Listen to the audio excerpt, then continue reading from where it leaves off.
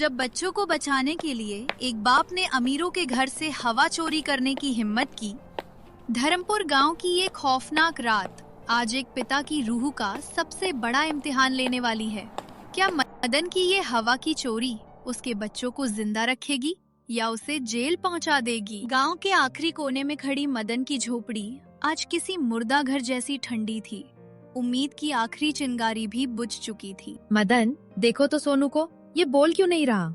इसके हाथ पांव पत्थर जैसे ठंडे हो गए हैं। घर में जलाने को एक सूखी लकड़ी तक नहीं बची। क्या आज रात ये ठंड मेरे बच्चों को मार देगी? पूरा दिन शहर की गलियों में भटका गौरी, एक हाथ काम नहीं मिला। जिनके घर बनाए उन्होंने दरवाजे नहीं खोले। कोई किसी गरीब की नहीं सुनता। सब अपनी रजाई में दुबके हैं। तो क्या हम चुपचाप इन्हें मरते देखें? कुछ तो करो मदन, कहीं से भी थोड़ी आग ले आओ, वरना सुबह तक ये बच्चा नहीं बचेगा। मदन भागकर शहर के सबसे बड़े सेठ की हवेली पर पहुंचा। उसे लगा कि शायद वहाँ पत्थर के सीने में भी दिल होगा। साहब, ओ साहब, बाहर निकलो साहब, मेरे बच्चों के लिए थोड़ी सी लकड़ी दे दो या पुराना कोयला ही दे दो। मेरा बच्चा नीला पड़ रहा है साहब, बड़ी दुआएं मिलेंगी।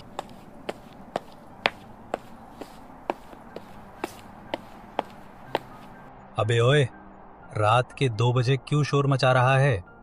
साहब गहरी नींद में हैं और ये जो हीटर देख रहा है ये साहब के कीमती कुत्ते के लिए है।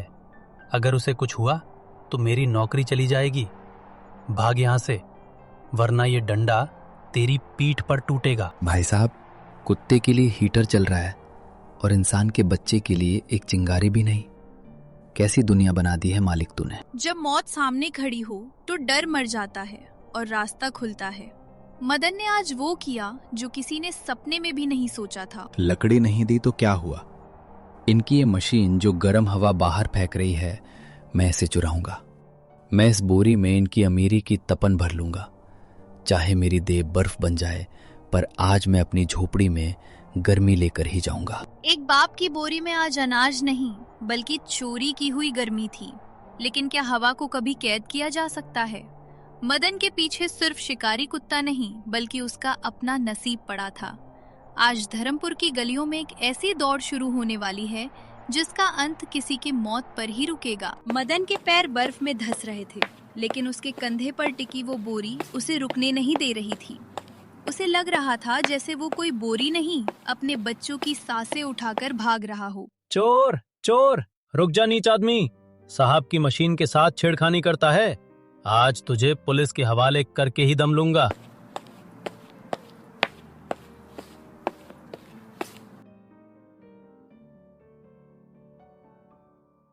नहीं नहीं, ये बाहर मत निकल, रुक जा।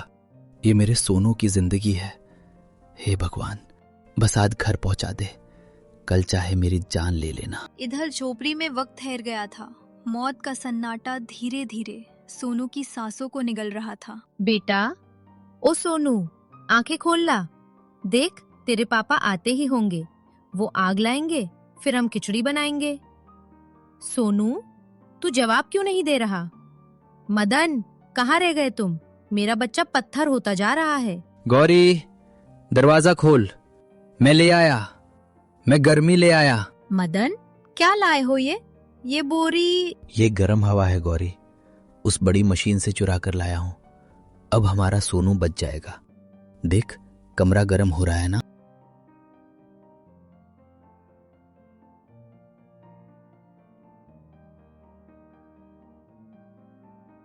नहीं, ये तो गर्म थी। मैं इसे अपने सीने से लगा कर लाया था। ये ठंडी कैसे हो गई? आग कहाँ गई? मेरी मेहनत कहाँ गई? मदन, सोनू ने सांस लेना बंद कर दिया है। देखो इसे।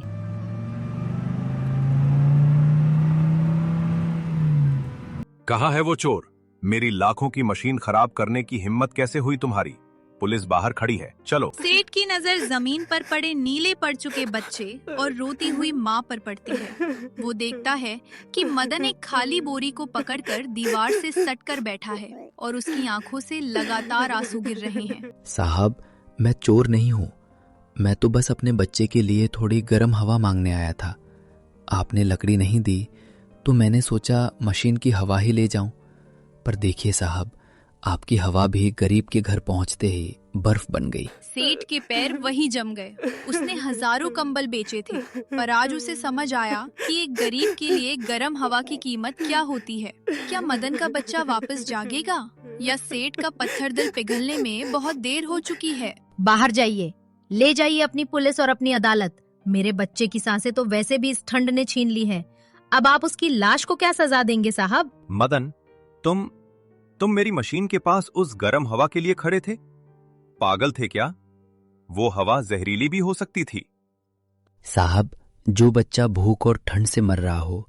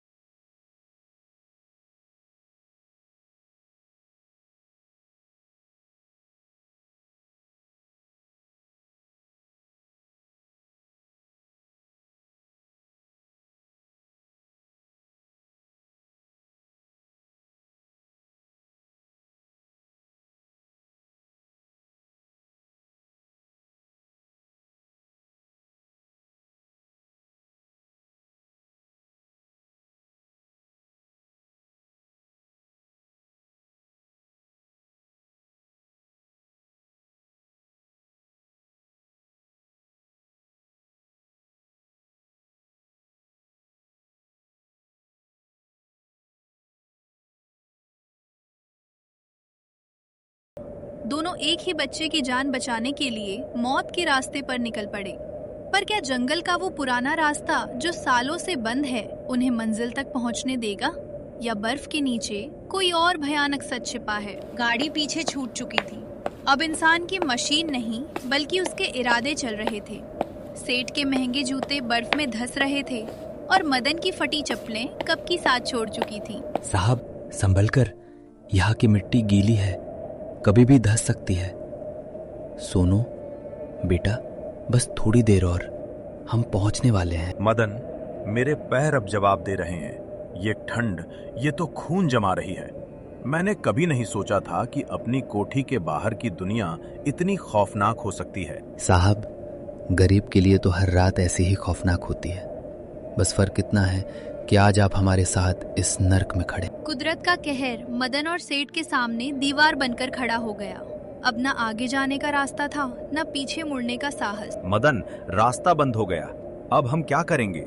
हम सब यहीं मारे जाएंगे। नहीं साहब, मौत को इतनी जल्दी नहीं जीतने दूंगा। आप इस पत्थर को सहारा दीजिए, हमें इसे हटाना होगा। सोनू की सांसें बहुत धीमी हो गई हैं, हमारे पास वक्त नहीं है।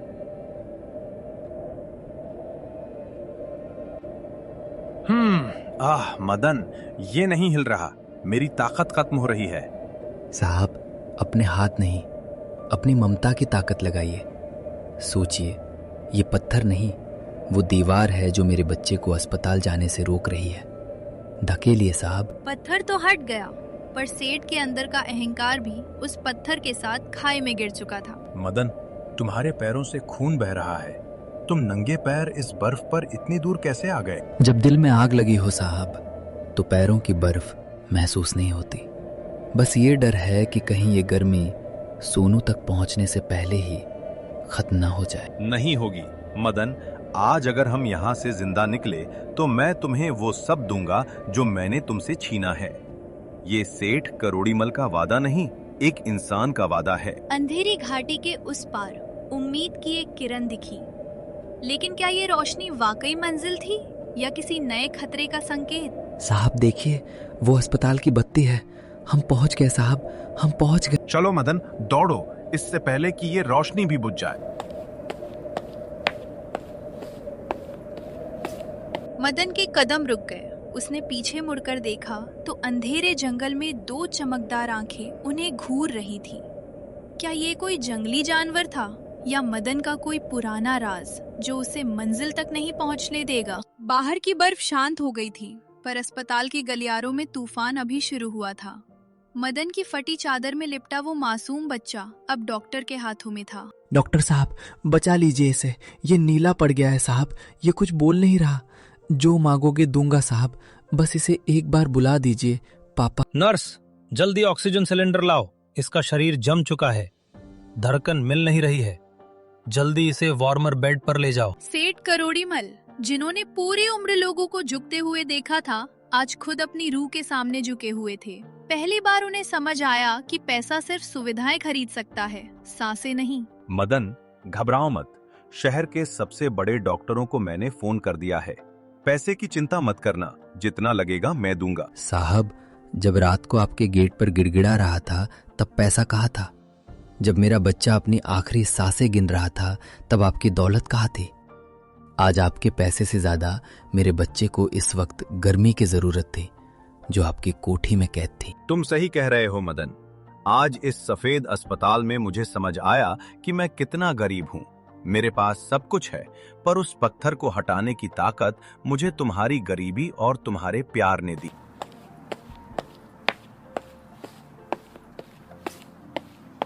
साहब, मेरा सोनू ठीक है ना? वो देखो मदन, हमने अपनी पूरी कोशिश की, दवाइयां अपना काम कर रही हैं, लेकिन बच्चे के फेफड़ों में बहुत ज्यादा ठंड भर गई है। इसे बचाने के लिए हमें एक इमरजेंसी प्रोसीजर करना होगा, लेकिन एक समस्या है। कैसी समस्या डॉक्टर? जो भी मशीन चाहिए, जो भी खून चाहिए, मैं अभी इंतजाम करता हूँ। मशीनें यहाँ नहीं है सेठ जी, बर्फीले तूफान की वजह से बिजली कट गई है और हमारा जनरेटर भी जवाब दे रहा है। बच्चे को बचाने के लिए हमें अगले 2 घंटे तक उसे मानवीय गर्मी देनी होगी। कोई ऐसा इंसान जो इस कड़कती ठंड में भी खुद को तपा सके और बच्चे को अपने सीने से लगाकर रख सके। डॉक्टर की बात सुनकर मदन के चेहरे पर डर नहीं, एक सुकून था। उसे लगा जैसे कुदरत उसे एक मौका दे रही है अपनी उस हवा की चोरी का कर्ज उतारने का। साहब, मेरा शरीर तैयार है।